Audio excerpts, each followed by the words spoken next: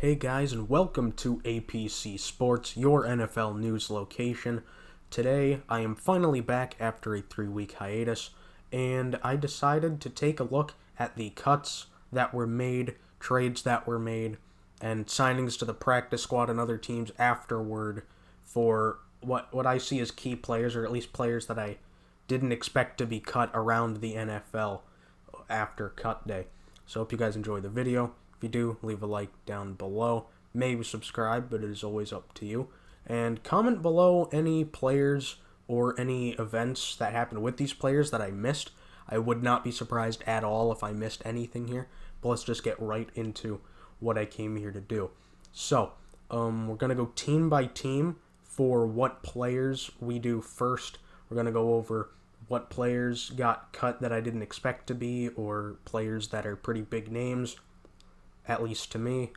What happened to them afterward, if anything other than just getting cut? Like, are they on a practice squad? Are they expected to be re-signed? Did they sign with another team?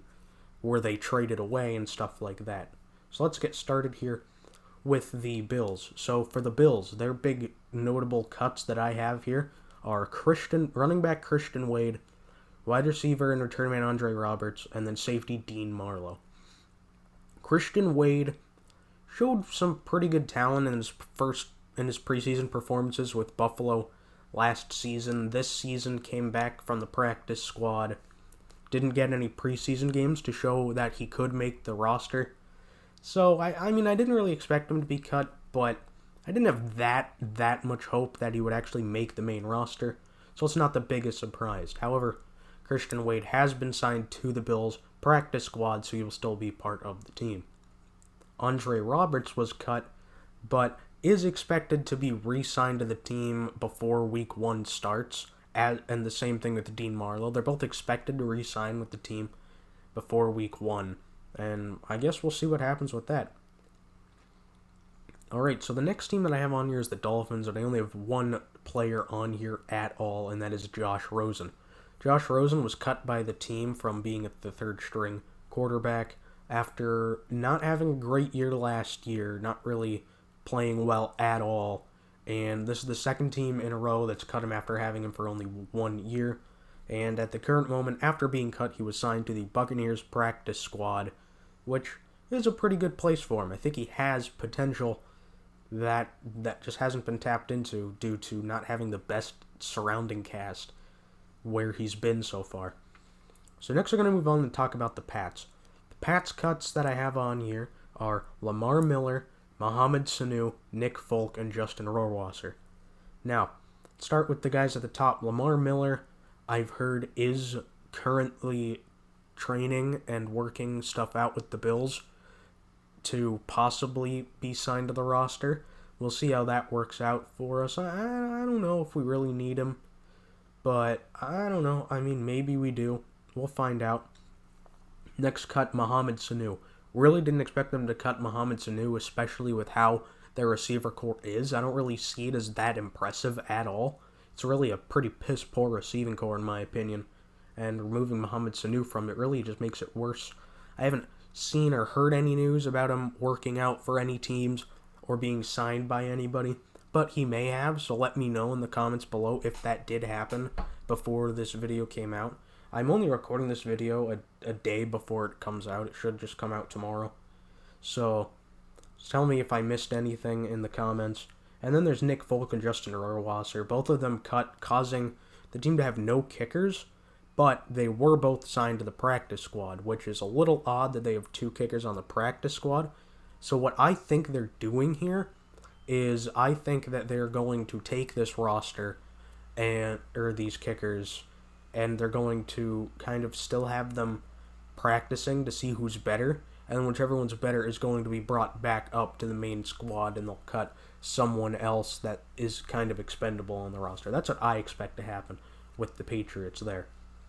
Alright, so the next team is the Jets. The only one that I have on here is Donte Moncrief. I thought Moncrief did an okay job with the Jets. I didn't think he was absolutely terrible, so I didn't really expect them to get rid of him. They added a little bit there in the offseason, but I thought they'd keep him around. They decided they would, actually, After they cut him, they signed him to the practice squad.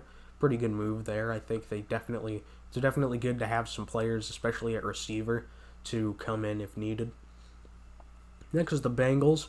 The only man I have on here is Austin Calitro, who was actually traded. And in that trade, it was a trade with the Broncos. Bengals traded away Austin Calitro in return for Christian Covington. And, interesting trade. It's not really a big trade at all. I don't really know these players that much, but it is still a trade, and I thought I should probably bring up any real trades that happened here.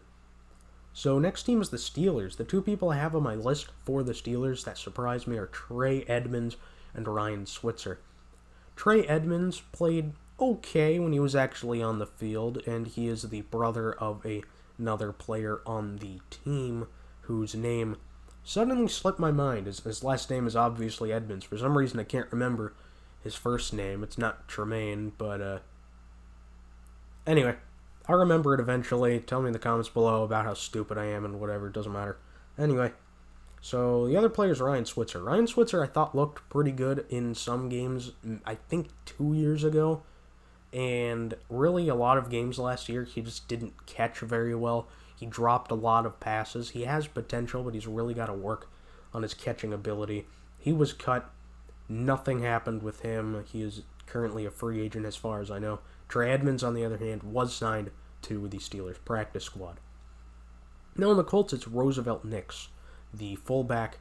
I thought he did a pretty good job doing his job last year for the Colts. I thought he's been doing pretty well for a while now. They cut him.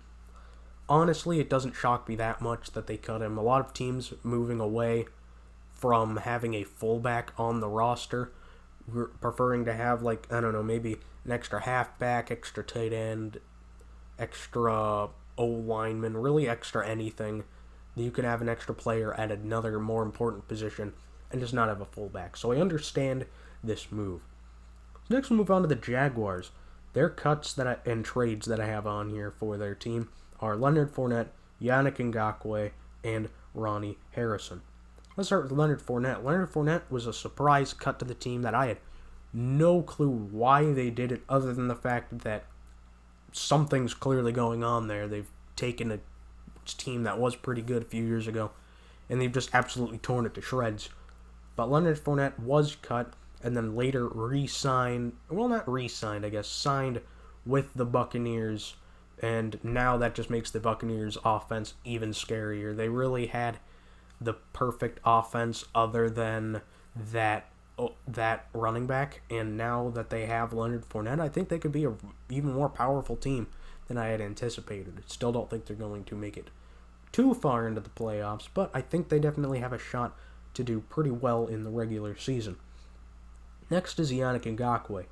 Yannick Ngakoue is one of those players that was traded away. He was traded to the Vikings, and in return, the Jaguars got a 2021 second-round pick and a 2022 conditional fifth-round pick. Not a terrible pickup for Yannick Ngakoue, so I guess that trade makes a little bit of sense. So it's not a terrible pickup for the Jags. Looking more towards the future, I guess. I don't know why. Yannick Ngakoue is a really good player, but of course it's their decision. And, okay. Definitely a good pickup for the Vikings there. And next is Ronnie Harrison. Ronnie Harrison is a player that I don't really know who he is. Maybe he's important. Maybe he's a big guy. I personally have no idea who the hell he is. They traded him to the Browns in return for a fifth-round pick in this year's draft. Alright, so next is the Titans. Titans cut that surprised me was Rashard Davis. Rashard Davis, I thought, looked pretty good. I don't really know how much playing time he got last year, but what I remember of him is him being a pretty decent wide receiver. I don't know if they just didn't need him anymore or if he fell off a little bit or what. But as of right now, he is not on any practice squad or signed to any team. He is just a free agent. Right next is the Broncos. I already talked about Christian Covington in the trade with the Bengals. Now let's talk about Isaac. I have no idea how to pronounce this guy's last name, so I'm going to say Yiadom. Tell me if I'm wrong in the comments. Correct me, please. I absolutely hate messing up last names, but I tend to do it pretty often because the names get pretty crazy in the NFL. Right, so Isaac was traded to the Giants, and in return, the Broncos got a 2021 7th round pick. Honestly, I might have just cut him. You're probably not going to get that much out of a 7th round pick unless you were really just looking for depth guys. Interesting move here. I guess they just wanted some draft capital, maybe to throw into other trades at some point in the year and next offseason. Guess we'll find out what comes out of that. Next cut I didn't expect is with the Chiefs. Chiefs' only cut that I didn't expect was Matt Moore. Well, some of you are probably like, okay, who cares, old backup quarterback. But he came in while Patrick Mahomes was injured, and he did a pretty good job. Led them to, I thought he did really well with them. I didn't expect it when he came in, but he absolutely balled out, at least from what I saw. And then he got cut, but he is signed to the Chiefs practice squad, so he is still on the Chiefs team. Alright, next team is the Raiders. They have a lot more players for the Raiders. I mean, it's only 4, but it's still more than a lot of the other teams. So these players will be Lynn Bowden Jr., Prince Amukamara, Demarius Randall, and I didn't write this guy's name very well, but I think it's David Sharp. So, first let's talk about Lynn Bowden Jr. Lynn Bowden Jr. Traded away to the Dolphins. Dolphins get Bowden and a 2021 6th round pick. Raiders get a 4th round pick from 2021 as well. Next, we're going to talk about Prince Amukamara. Really surprising cut. I thought he was going to start for the team, but instead they decided they didn't need him. I don't know if the competition, he just lost some cornerback competition that I didn't really know about, or he fell off, or it's just some issue that they had with the team and the player cooperating together. I don't know what it is, but Prince Amukamara was cut and is currently not signed by any team. Demarius Randall, similar thing. I thought he was okay. It's a name that I am definitely familiar with, and he got cut. No one has signed him. He's not on a practice squad, so he's just kind of left as a free agent for the time being, and I don't expect anyone to sign him unless they really, really need an emergency player. Next, we're going to talk about David Sharp. David Sharp traded to the Washington football team. Washington football team gets David Sharp and a 7th round pick this year in exchange for a 6th round pick. Just going up one round, getting rid of a player you don't need. I'd say that's a pretty good trade for the Raiders. It's a pretty good move.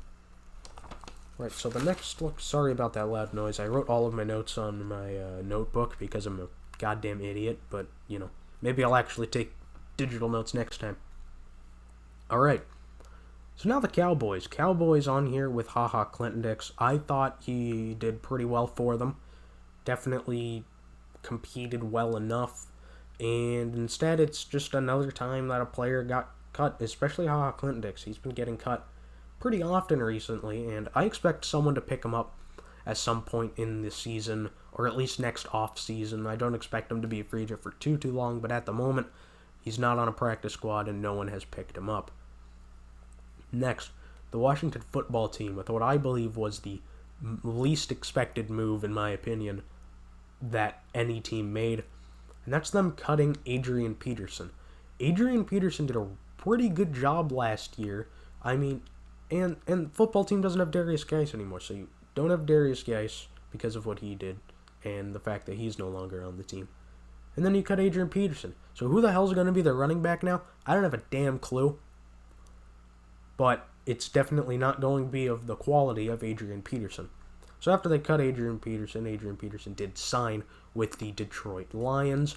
Pretty good move in my opinion for him, and I am very happy that he is able to run for a team. I expect him to start for the Lions because in my opinion, as far as I know, they don't have the best running back room in the league by any stretch of the imagination.